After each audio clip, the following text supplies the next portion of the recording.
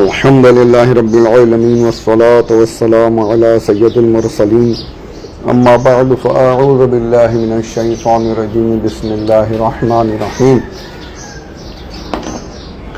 يا بني إسرائيل اذكروا نعمتي التي أنعمت عليكم وأني فضلتكم على العالمين صدق الله العلي العظيم.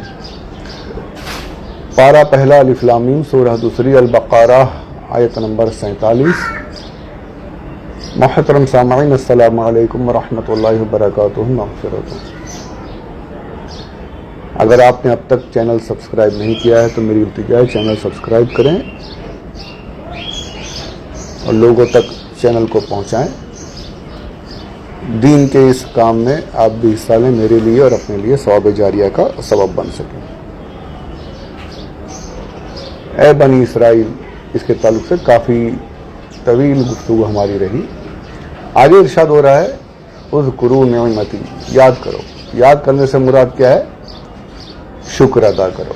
تفاسیر میں اس کے معنی یہی فرمائے کہ یہاں پر بنی اسرائیل کو، یہودیوں کو شکر ادا کرنے کی تعلیم دی جا رہی. جو احسانات، نعمتیں، جو نعمت کے تعلق سے میں نے پیچھے جو آیت گزری ہے یا بنی اسرائیل والی جو پہلے، اس کے پہلے، وہاں پر کافی طویل اور کافی مفصل گفتگو ہم نے کی ہے کچھ حصوں میں.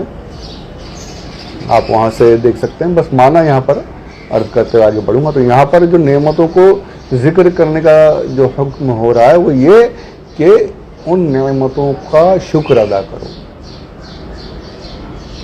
جو نعمتیں میں نے تم پر کی ہیں، اب نعمت احسان کو کہتے ہیں، چاہے وہ ڈائریکٹ ہو چاہے انڈائریکٹ ہو، چاہے دنیا نون کے زبر کے ساتھ اور نون کے زیر کے ساتھ دونوں طریقے سے پڑھا جاتا ہے. دونوں کا معنی الگ ہے. نون کے زیر کے ساتھ نعمت میں مطلب کہ ہر نعمت، اور نون کے زبر کے ساتھ یعنی دنیاوی عیش و آرام کی جو نعمت ہے، تو ان پر دونوں چیزیں ہوں. پہلے یہاں جو اذکروا فرمایا، شکر ادا کرو، یعنی صرف زبان سے نہیں، دل سے میرا شکر ادا کرو. شکر ادا کرنے کی تعلیم دی گئی. نعمتیں ملنے پر جو نعمتیں انہیں عطا ہوئی اس کو یاد کر کے شکر ادا کرنا، یہ حکم دیا جا رہا ہے. اذکروا، وہی میں نے پیچھے بھی عرض کیا تھا، یہاں بھی مختصر کہ جو نعمتیں اللہ عطا فرما رہا ہے ان کا ذکر کرنا، ان کا شکر ادا کرنا، ان کا چرچا کرنا، یہ قرآن پاک سے ثابت ہے. تو سب سے بڑی نعمت جو ہے اللہ کی ہم مسلمانوں پر، تمام عالم پر جو سب سے بڑی نعمت ہے وہ ہمارے آقا صلی اللہ تعالیٰ علیہ وآلہ وسلم ہے. تو اگر ہم ان کا ذکر کرتے ہیں، ان کا میلاد مناتے ہیں، ان کی سیرتیں بیان کرتے ہیں، ان کے بارے میں باتیں کرتے ہیں، ان کا چرچا کرتے ہیں، تو یہ اللہ کی سب سے بڑی نعمت کو یاد کرتے ہیں اور اللہ کی اس نعمت کو اللہ نے جو ہمیں عطا کیا اس کا شکر ادا کرتے ہیں. تو یہ اللہ کے حکم کے مطابق ہے. کوئی بدعت، کوئی شرک، کوئی غلط کام نہیں ہے. جو یہ ساری باتیں کریں بس ویسے ڈالے، ویسے ہی آیت پاک سنائیے اور بتائیے. تو اللہ ہمیں ہمارے عقائد پر قائم رکھے. تفصیل میں نے پیچھے عرض کیا، آپ وہاں پہ دیکھ سکتے ہیں انشاءاللہ. بلکہ الحمدللہ میرے جتنے بیانات ہیں ان میں سب سے بڑھ کر سب سے زیادہ جو ویوز آئے ہیں، جو سنا گیا ہے، وہ یہی کہ حضور صلی اللہ علیہ وسلم اللہ کی سب سے بڑی نعمت ہے. یہ جو اس نام کے ساتھ جو آڈیو ہے اس کو سب سے زیادہ ویوز ملا. الحمدللہ، یہ میرے سرکار کا کرم ہے. الحمدللہ رب العالمین. تو نعمتوں کا یاد کرنا. اب نعمتیں بنی اسرائیل کے تم پر جو نعمتیں ہوئی وہ کیا کیا؟ دنیاوی نعمتیں بھی اور دینی نعمتیں بھی. دنیاوی نعمتیں ایسی ان پر ہوئی کہ آپ حیران ہو جاؤ گے. آگے تفصیل سے آئے گا، یا تفصیل اگر یہاں بیان کر دی تو پھر آگے وہ تفصیل رہ جائے گی. مختصراً عرض کروں گا کہ ان کے لیے جنت کے پھل آ گئے. بھائی جنت کا رزق دنیا میں آ گیا. من و سلوہ، جنت کا رزق ان کے لیے دنیا میں آیا. یہ ایسی قوم ہے، یہودی قوم، کہ اتنا کچھ ان پر احسانات ہوئے، ان پر انعامات ہوئے، لیکن ان کو یہ ذلیل قوم ہے. یہ یہودی قوم جو ہے، اللہ نے اتنے انعامات کیے پر انہوں نے شکر ادا نہیں کیا، کبھی نہیں ادا کیا. نافرمانیاں ہی کرتے رہے. آگے آپ تفصیل سنیں گے. مجھے جو ان سے ایک سمجھ لیجیے نفرت جو ہو جاتی ہے نا، وہ وجہ ہے اس کی. بہت سی وجوہات ہیں. قرآن پاک نے صاف کھلا دشمن فرمایا ہمارا. آج بھی دیکھیے ساری دنیا میں ان سے بڑھ کر مسلمانوں کا دشمن اور کوئی نہیں. جتنے دشمن ہیں ساری دنیا میں، ان کو اگر آپ دیکھیں گے، کنیکشن نکالیں گے، یہ جا کر اسرائیل سے سیکھ کر آئے ہوئے ہیں کہ کس طریقے سے مسلمانوں کو نقصان پہنچانا ہے. یہ ڈیٹیل ہے بہت بڑی، کافی ہر طرف ہی یہود لابی، جوئش لابی جو ہے وہ پھیلی ہوئی ہے کہ مسلمانوں کو کیسے ختم. ان کو پتا ہے کہ یہی جو ہے ان کو مٹائیں گے. اور ہوگا یہی انشاءاللہ. قیامت سے پہلے سرکار نے فرمایا کہ یہودی اگر پتھر کے پیچھے چھپا ہوگا تو پتھر بھی مسلمان کو بلائے گا, مسلمان دے کے ہم یہودی چھپائے سے ختم کریں. یہ ساری چیزیں موجود ہیں اور یہ ہوگا. ہم نہیں دیکھ سکیں گے, ہماری نسل دیکھیں گی, وہ سارا وقت آئے گا. اور انہوں نے سب پڑھا, ان کو پتا ہے کہ یہی کریں گے سب کچھ, مسلمان ہی ان کو مٹائیں گے. اس لیے یہ مسلمانوں کے مٹانے کے لیے لگے ہوئے ہیں. اللہ ہمارا مددگار ہے, اللہ مدد کرے گا انشاءاللہ. تو ان پر نعمتیں بہت ہوئی ہیں. درود پاک پڑھنا. اللہم صلی علی سیدنا مولانا محمد وعلی آل سیدنا مولانا محمد مبارک وسلم. صلاۃ و سلام علیک یا رسول اللہ صلی اللہ علیہ وسلم. دنیاوی نعمت, دنیاوی طور پہ جنت کا رزق آ گیا. ان پر آسمان, کھلے آسمان میں بادل ان پر سایہ کر کے چلتا تھا. کڑک دھوپ میں ان پر دھوپ نہیں پڑتی تھی بھائی, وہ وقت بھی گزرا ان کے ساتھ. ان پر آسمان میں جب سورج کڑک رہا ہے اس پر یہ بادل ان کے ساتھ چلتا تھا سایہ کر کے. اتنا ان پر انعام, ہمارے سوچ کر حیرانی ہوتی.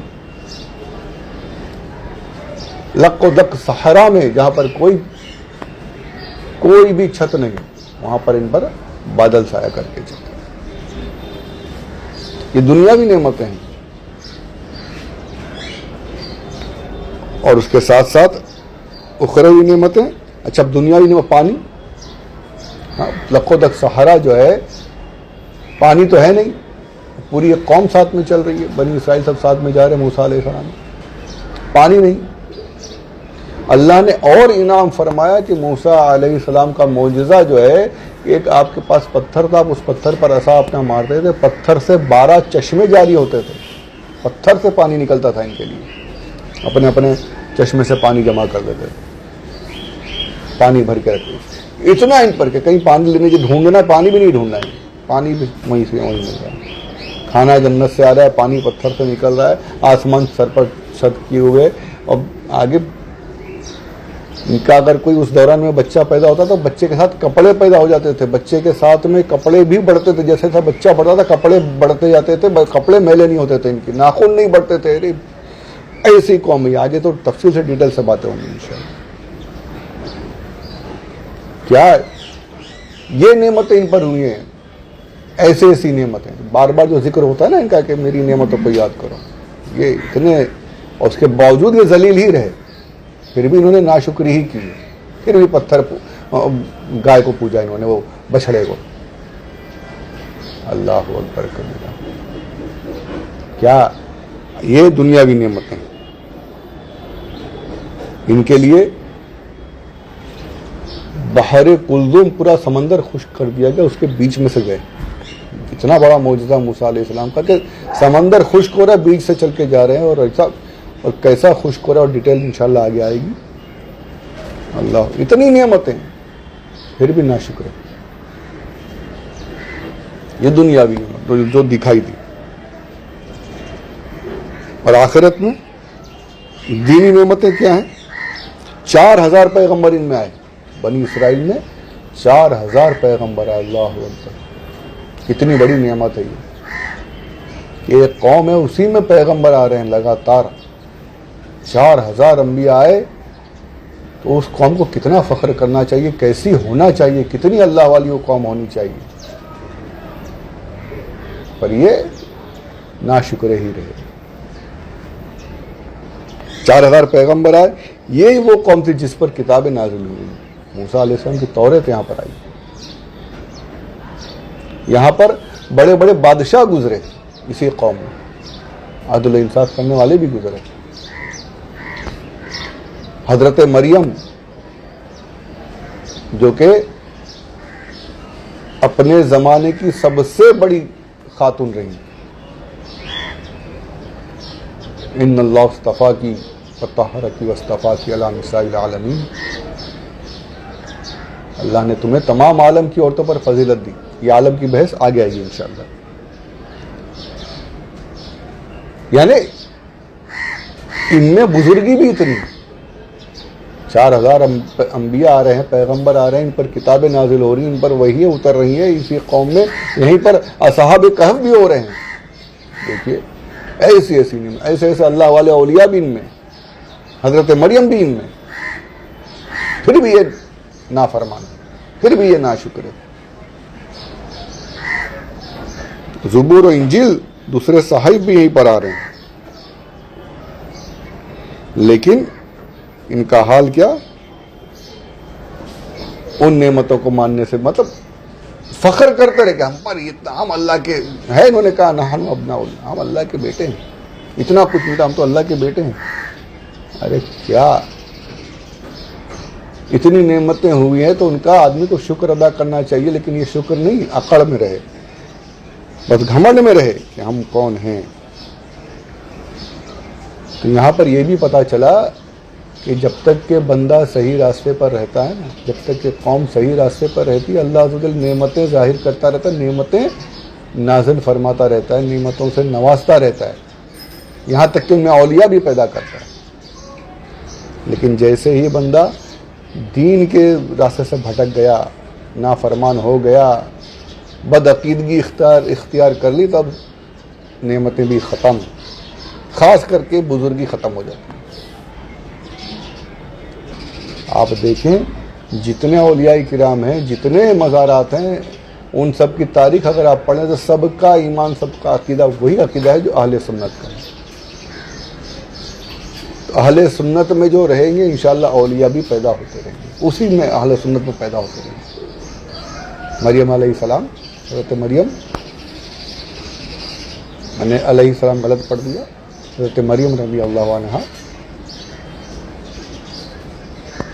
وہ بھی ایک ولیہ، ایک نبی کی ماں ہے،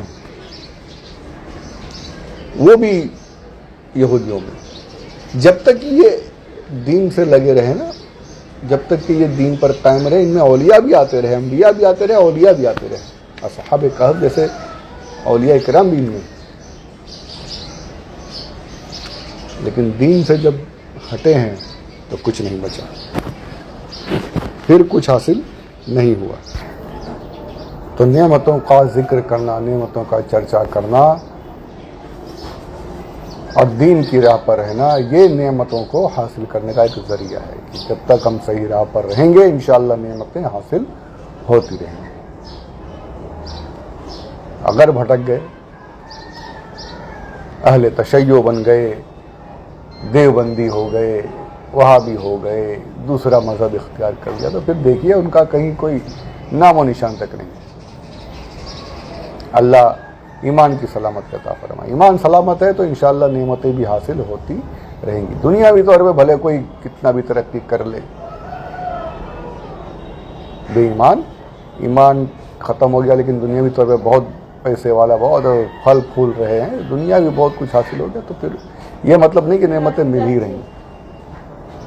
نعمتیں، اخروی نعمتیں ہونا بھی ضروری ہے، اور وہ اخروی نعمتیں، آخرت کی نجات جو ہے وہ ایمان کے ساتھ ہے۔ تو اللہ ہمارے ایمان کو سلامت رکھے اور ایمان پر خاتمہ نصیب فرمائے، مسلک اہل سنت، مسلک اعلی حضرت پر ہمارا خاتمہ فرمائے۔